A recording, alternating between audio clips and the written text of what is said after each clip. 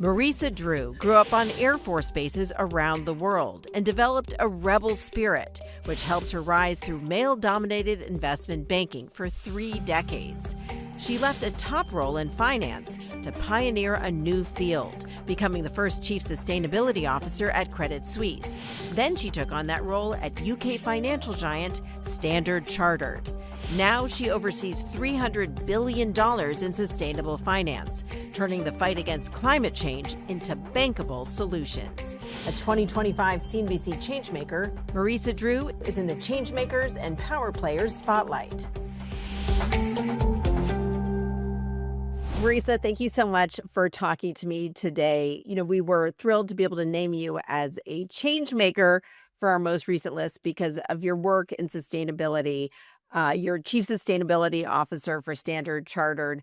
But what's so interesting to me is you spent the first many years of your career in finance. You were a powerhouse in investment banking for decades. Why did you leave that career for a career in a totally new field, both for yourself and just in general? Sustainability is a new field. Why did you make that move?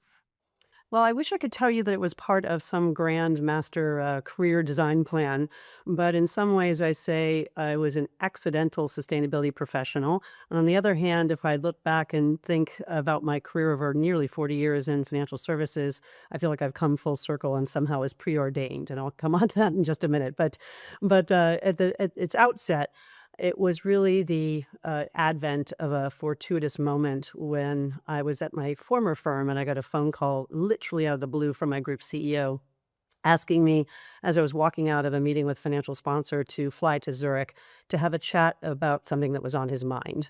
And I flew over and we had this very, I'd say, almost obtuse conversation. It was kind of dancing around a very subjective topic, and it was about purpose and profit and this idea that more and more clients were grappling with how do you marry those things? How do, in our wealth business, I was working for a very large wealth manager. How do you think about legacy and passing on your business and inherited wealth and what to do with that wealth and how to do it for good and all these things? And he said, "There's something here. It's big. It's strategic. It will be the future of the firm, and you should run it." And the classic question I had was, "What is it?" I really didn't appreciate what he was talking about. And my first interpretation or absorption of that was that it was somehow some sort of a marketing exercise. Because if I looked across and thought about corporations that were talking about anything that had to do with purpose and profit, it usually manifested in the form of a sustainability report or corporate and social responsibility report. So I slightly bristled at that and I said, no, I'm a P&L builder. I'm a business person. I'm not a marketing person. And he stopped me and challenged me a little bit and said, "No, you didn't hear me. I'm talking about the future of the firm, and this is a profit-making endeavor, and it is strategic, and it is core, and so on." So challenged me to go away and do a bit of homework on the space, which I then did, and I started to talk to thought leaders in the space, those who are really progressive in their thinking, academics, climate scientists, and all of that. And I had a moment where all of a sudden it became clear to me that this was going to be huge and it was going to be transformational and it was absolutely a future of the business type of activity. And I went back and I said, okay, I'm all in. Okay, but so you were a finance executive, right? You were a banker your whole professional career. What was that moment that made you realize you wanted to leave all of that behind to go in this totally new direction? Because I actually saw it as the future of business and the future of commerce. And that's why I say I feel like I've come full circle in many respects, because I started out my career in my very early generation of my investment banking world, financing early stage high growth businesses. And I often said that I was financing the industries of the future. Now, I firmly believe that the industries of the future are going to be led with sustainability at their heart. And the disruptive forces are everywhere. And the alignment of purpose and profits is something that we saw so much in not only our Disruptor 50 list, as we've seen more of our Disruptor 50 companies have an additional purpose in addition to profits, but also on our Changemakers list. There are so many women on the list who are focused on not just doing good and also doing well, but aligning those two things and making sure in success they're either benefiting society or the environment, et cetera. But wait, go take me back to that moment. What was that moment in digging through that research where the light bulb went off? Well, it was really about the disruption, and I could see that it was captivating all sorts of stakeholders. You had the next generation in our wealth business that were saying, and they were very emotional about it. Is when I inherit the business, I'm going to do it differently, or when I receive the family wealth, I want to invest it for positive outcomes. So you had that sort of ambition setting on the one hand. At the same time, you had the advent of UN Sustainable Development Goals that tried to define some of the biggest systemic, thorny issues of our times in this overlay or this context of 17 goals. And at their heart, they seemed incredibly audacious to try to tackle. And yet they're so necessary to a healthy and functioning society that right there is your addressable market. And that was my aha moment is that this market is massive. And think that if we could somehow mobilize capital and create industries that would tackle these challenges, there is no separation between the purpose and profit. They're mutually reinforcing. And we all leave ourselves with a better place and what a legacy that could be. So that's my moment. That was my moment. When you had that moment, do you remember where you were? And was it exciting to think that your career was going to go in this different direction as you pursued this? Yeah, look, when I advise the next generation, often I talk about taking risks and considered risks, though. It's not really jumping off a cliff with, nothing below you. It is really thinking about taking those calculated risks that take you in a different direction that can expand your horizons and open up, complete new aperture. And that's what this was all about for me. So it was taking what was a core competency of mine, which is financial structuring. So where was I? I think I was sitting in my office and it all just sort of came together as I had a moment to digest. But I'll tell you how much I went from a little bit of a cynic or perhaps a naysayer to a real convert. And that started the journey. So you were a total convert to this idea of the importance of sustainability to finance. But as you were pioneering these new roles, you were effectively creating these roles at Credit Suisse and then at Standard Chartered. Did you face pushback? I mean, yes, you had the buy-in from the CEO originally when you were given this task, but what kind of pushback did you face? Did you get pushback from your friends at Wharton? Without question. Well, more so from my colleagues, actually, because just as I was somewhat cynical at the outset and, took a while for me to digest and determine how one could shape this in the context of a traditional financial services business, you can imagine my colleagues who had seen me in the light of rising up through the ranks to ultimately be a co-head of investment banking and capital markets for my firm. And then the next thing you know, they hear me say, then leaving all that behind. And so, there were all the little cynical quips. But what was interesting about it was most people, since they had seen me go through the very traditional side of the business and they knew who I was as a person and how I was driven to try to really deliver value for the organization, even if they were cynical, they were curious. Why there must be something in this if she's doing it, and that allowed me a basis for engagement. But I had to do a lot of convincing to bring people along the journey. And really, my moment of success was when that big bubble in the middle started to go from being somewhat cynical and me really needing to convince them. I call it the push factor, the agitation factor, to being the pull factor. I started getting the phone calls saying, something, there's something in this. I really want to engage with my clients. How do I do it? So we went from the should I to the how do I do it?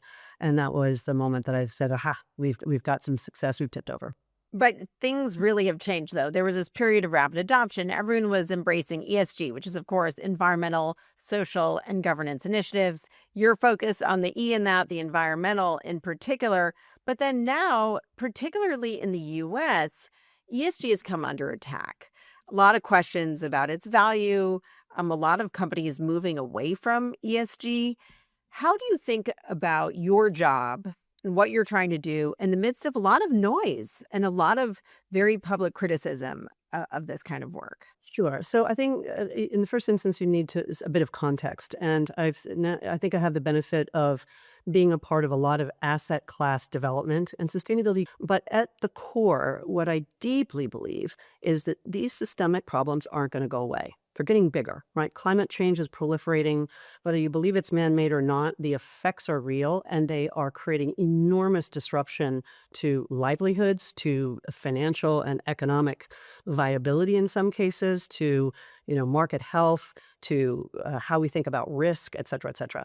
And so we're going to have to tackle this one way or another, and therefore it's not going away. So my belief is that if you can study the course, find out how to make it work for you and your organization, when the history books are written, those that remain committed to a sustainable outcome are going to be the businesses and the models that are going to survive long term. But for you as a leader, here you are, you were part of this wave of the growth of ESG. Now there's all this pushback.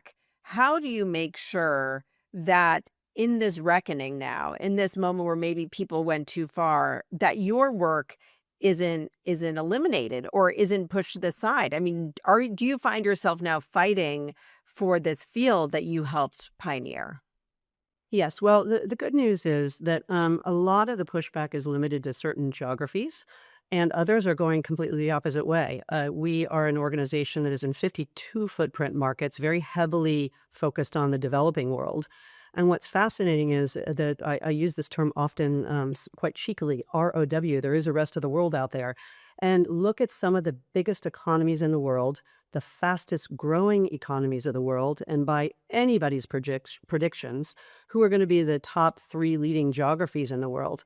And guess what they're doing? They're doubling down on their commitments to sustainability. In many cases, they're bringing their targets forward rather than pushing them back. We look at a China, we look at an India, we look at an Indonesia, we look at the Middle East, and it may be manifesting in different ways. It may not be the traditional commitments that we saw out of Glasgow, but look at where the money's flowing.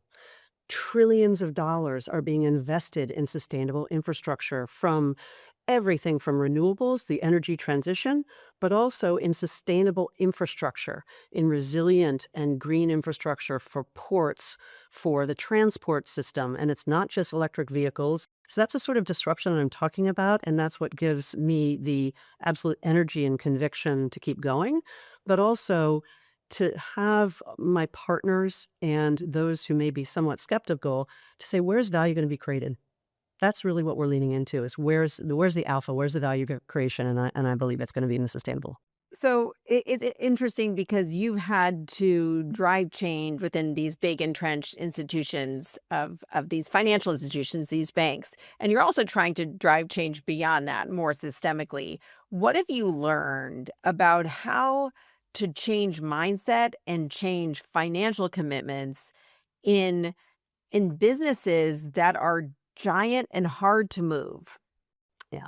Well, a lot of it starts with capital, because a lot of resistance happens to, how do I finance this? Or how do I generate a reasonable return on those investments? And the one thing that is the challenge for sustainability in some respects is this is not a short-term game.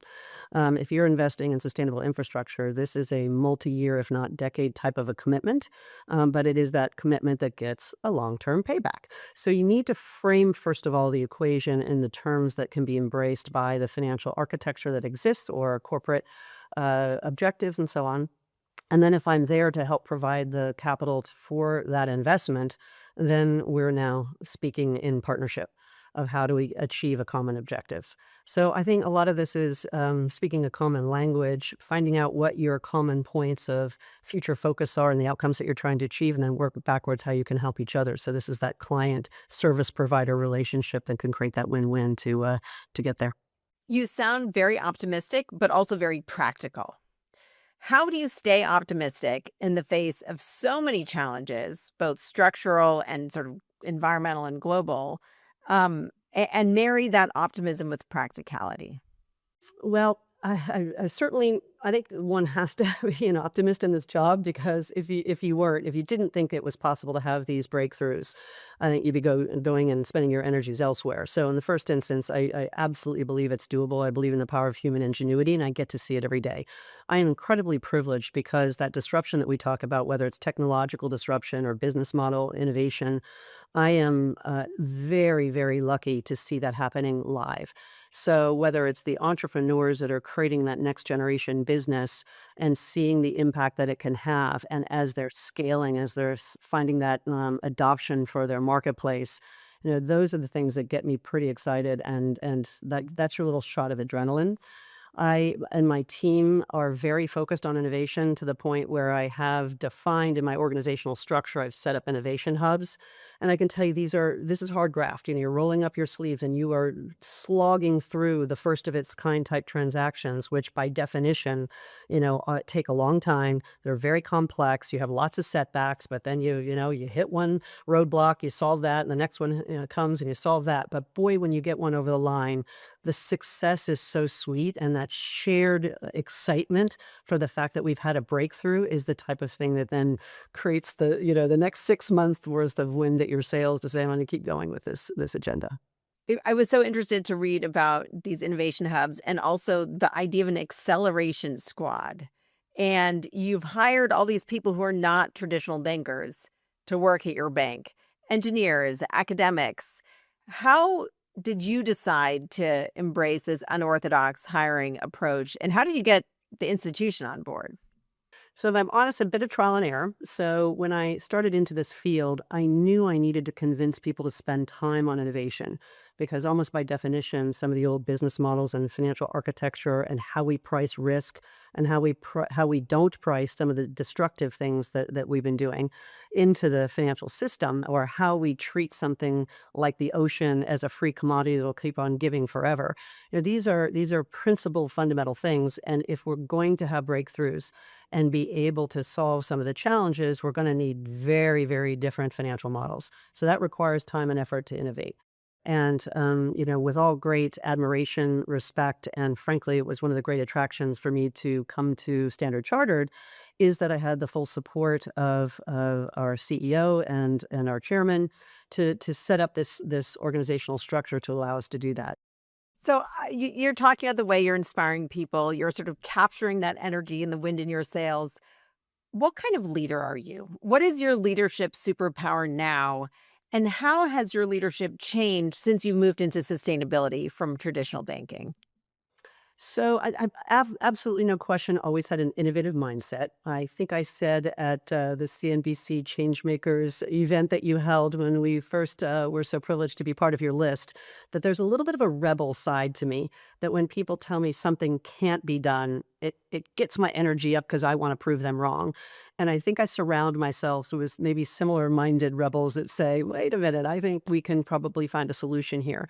And so when I look back over my career, that desire to innovate, that desire to do something differently, to be a solutions provider has always been pervasive throughout my career. And I think I lead teams who are naturally biased to wanting to be like that. I am impatient. I know that. That's one of my, I don't know if it's a strength or a weakness, but I know I'm impatient and I need to move fast, and I need to have results or we need to move on. And I think I instill that in my team. But that there's an energy that is created by that. So it's the tech version of that would be fail fast and move on. But you create a bit of velocity, and that is creates a sense of excitement. So as I bring that in sustainability, that's what we're all about. We have to think about things differently. We've got to have that innovative mindset. And I hope and would expect that those who are on the team, are inspired by that. And that is what keeps them going in challenging times. I want to dig into this rebel mindset. When you were at our CNBC Changemakers Summit, you talked about how your mother is your role model and inspiration, and she was sort of an original change maker. Um, and part of that came down to the fact that her father, your grandfather, wouldn't pay for her higher education, and she ended up forging a surprising path on her own. Tell us why your mom was such an inspiration and how she managed to defy the expectations of your grandfather. Yes. So she was the only daughter in a very Italian family in a very traditional time in a traditional family infrastructure. And at that time, the belief from my grandfather was that as a woman, Your role in life was to get married and procreate. And the careers that were available to you were placeholders until you could get married and have children. And you could be a teacher or you're a nurse, and that was about it. And my mom was very much, I guess, that sort of rebel maybe that trickled down into my DNA, that she had a vision that she wanted a different life for herself, and that if her father wasn't going to support it, she was going to be independent and pay for it. So she took loads of odd jobs until she could finance her way through business school. And that was very rare at the time, to pay for your education and then to go to higher education. So she wasn't going to take no for an answer. And as they say, that inspires me a lot, because when I think about those roadblocks where there has been something in my way, there's a little voice that's right here on my shoulder that says, have the courage of your convictions. If you genuinely believe in it, don't take no for an answer. So you grew up with that as the role model, and then you ended up going into finance, which is so male dominated. How did you learn to not only lean into uncomfortable situations, but to thrive in them? So yes, when I entered investment banking, there were very, very few women, and in fact, I worked for one of the first female managing directors on Wall Street. And when that is the case, Who was it? Can I ask who it was? her name was Joyce Greenberg, and a very famous female banker. And I know she won't mind me saying this, but people were scared of her. She was one of these sort of terrifying forces. And as a junior banker, I was, I'm not sure you want to work for Joyce Greenberg, because she had a very hard exterior, and that's what you needed. I called it the suit of armor to get by. And there was this belief that you had to, present yourself in this very aggressive way, because that was the way that things got done in Wall Street back then. And all those movies that we've seen, there's a whole lot of truth in some of that sensation of those movies. But funny enough, the rebel side of me said, "Well, I'm going to take on that challenge," and I ended up becoming an analyst in her group. And we had our breakthrough moment, and my way of operating with her was, I'm sure I can deliver, and I hopefully successfully did that. But she did take me under her wing, and it was a wonderful opportunity to work for somebody who was incredibly demanding, but she was demanding because she cared. She was demanding because she wanted to deliver client service, and that was a moment for me. It wasn't just to be, a hard person. She really did deeply care about delivering for her clients, and I took that away. But it was interesting for me, because when I looked at how she presented herself and what was expected at the time, I did have a moment and thought to myself, if I'm going to do this, I need to do it my way. And I need to have my personality be part of the equation. I don't want to put on an ill-fitting suit just because that's what it's supposed to look like to be a banker.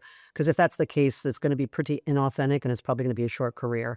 So I set about trying to figure out how I was going to find my way in my own personal style. And there are the silly stories of which I shared with the audience at the Changemakers, but silly things which maybe on the surface seem somewhat superficial, but they did matter. The first time I wore a trouser suit on the trading floor, I got so much grief I can't tell you, Because you because weren't wearing a skirt suit. and I wasn't wearing a skirt, and that was the uniform. But when I got back to my desk after wearing the trouser suit, the number of emails I got from the female population who said, "Oh my God, thank God somebody finally did this. You are my role model." I think, well, that's not exactly what I want to be a role model for, but it was sending a message that actually, you can have your own personal style. You can dress in comfort. You can, as long as it's professional, you can forge your own path. And that's just a small, silly little example. But there's so many steps along the way where I needed to do it my way. But equally, what I didn't want to do was alienate myself, because I was a bit of a science experiment on the floor. People didn't know what to do with me. They weren't sure if things got hard, if I was going to cry, and how are they going to deal with that, and all those sorts of things. Then, as I say, the movies are pretty much true. But my view was, I want to be a part of the group. I want to be not seeing them as adversaries, but as mates. And I figured out a way to do that most of the time if things got aggressive, with humor. And then it was not off putting. So you're not putting two sides in two different corners. I figured out a way to bring us all to the middle. And I, of course, needed to perform, right? Because the last thing you want to do if you are a minority population in any context is, have a belief that you're there for different reasons. And my view was if I always out delivered and I always made myself indispensable, and I call it the rock star persona, right? You have only one or two chances to deliver that idea that everybody wants to work with a rock star, particularly in banking where you get staffed on transactions. You want the MDs in your firm to say, I heard she's a rock star. Then you get that little sort of ripple effect around the floor that says, I heard she over delivered and did something fabulous and went outside of, expectations, et cetera, et cetera. Then you create that persona for yourself. And that gives you, I think, a lot of leeway and a lot of airtime to then progress up the organization. So those were a few of my little tactics. I call those very tactical things. So, as you think about giving guidance to the next generation, it's fascinating to hear about how you stepped into your own authentic leadership, that decision that you weren't going to do it the way that your intimidating boss did. You were going to do it your way. You were going to put on the pantsuit, even though everyone else was wearing skirts.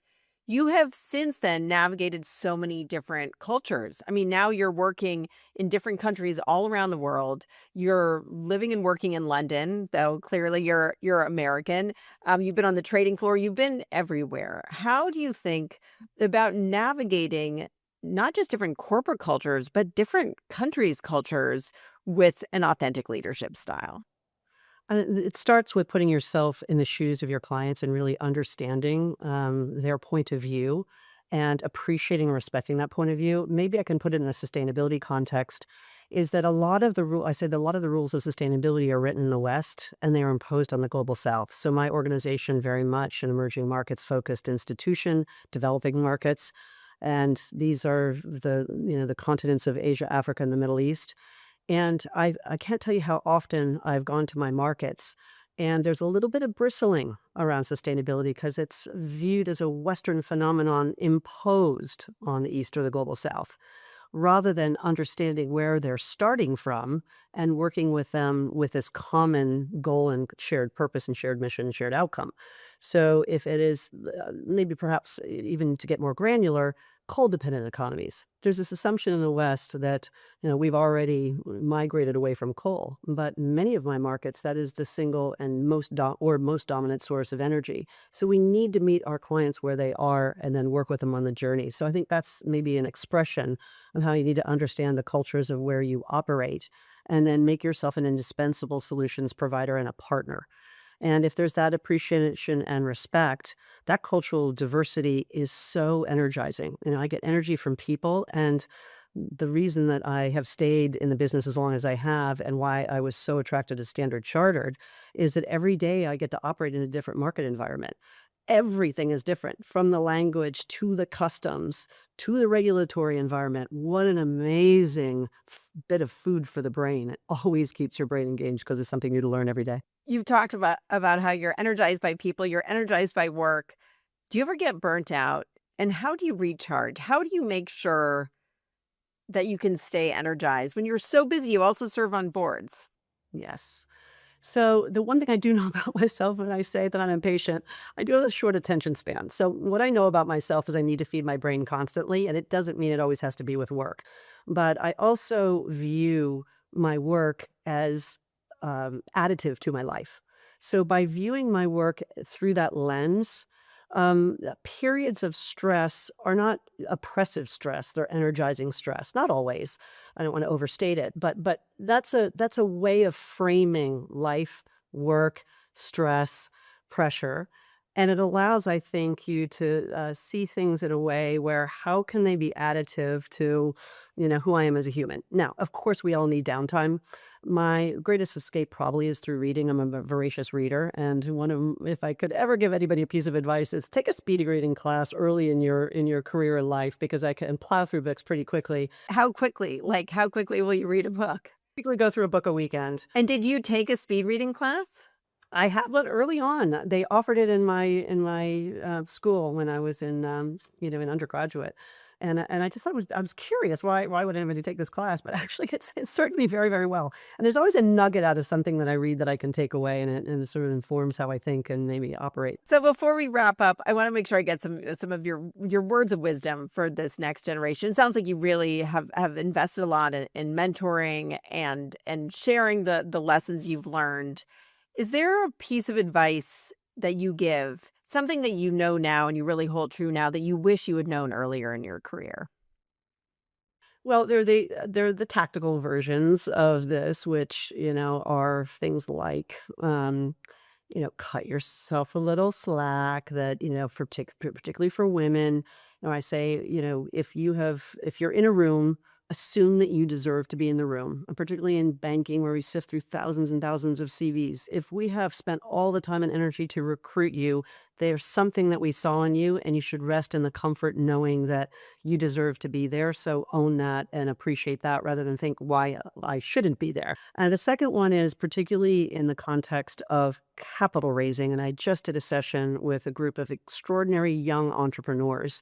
And in the field of sustainability, what I see often, and this is a piece for those of you who may have an early stage business and you're trying to raise money, is that your passion for the sustainability aspect or the impact aspect, that is absolutely critical. And you want to be able to tell that story and to articulate what the impact is with precision that you want to deliver.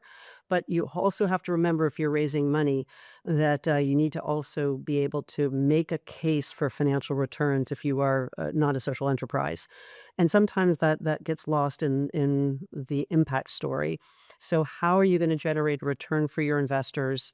What does that look like? And make sure that you are crisp in being able to articulate. Otherwise, the money won't come, and that's the lifeblood of the capital that's going to keep your business going, if not thriving. So maybe that's just one little pearl of wisdom for all of those young entrepreneurs with sustainability businesses that are going to be those disruptors changing the industries of the future.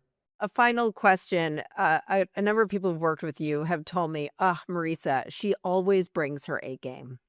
And that is a reputation that I think everyone wants. Is there a secret to earning that reputation of always bringing your A game? Well, it's maybe goes back to that very beginning when I always wanted to surprise my stakeholders on the upside. So do it better, do it differently. Give them a little element of surprise they weren't expecting, and typically then the reaction or absorption of that is she's brought her A game. Always push the edge of the envelope. I mean, in a positive way, right? For in the pursuit of solutions, right? Don't assume that something can't be done because someone says it can't be done. Find a navigate a way. Think about incorporating innovation into what you do. I think all of those are markers of what the traditional world would call the A game. I've got a lot of energy, and I think I am a 24/7 person, which seems to be a theme running all through all of your Changemakers. But I'm not happy if I'm half in. So perhaps the fact that I am able to think that way, rather than what I'm giving up. What is my job, and what is this wonderful environment and privilege I've been given? How does it add to my life? Then that is an A game kind of mindset thinking too, right? It's never an either or; it's an additive and positive virtuous circle. So maybe those are so. I wish I had it all figured out, even at this ripe old age. I'm not. But it does sound like you are able to push the envelope in terms of finding solutions because you're okay being uncomfortable and sitting in that discomfort. And that thing we talked about earlier, the fact that you weren't afraid to put yourself in an uncomfortable situation really empowered you to push the envelope and bring your A game. So it all ties together. But Marisa, thank you so much for talking to me about your career journey and sharing some of those pearls of wisdom. Marisa Drew, head of sustainability at Standard Chartered. We really appreciate you sharing your time with us today. Thank you, Julia. Really big privilege to be here. And again, thank you also for the wonderful accolade, because that platform, I hope, will allow me to do even more in terms of showing you that the change makers in your list are going to do some big things for the world. Fantastic.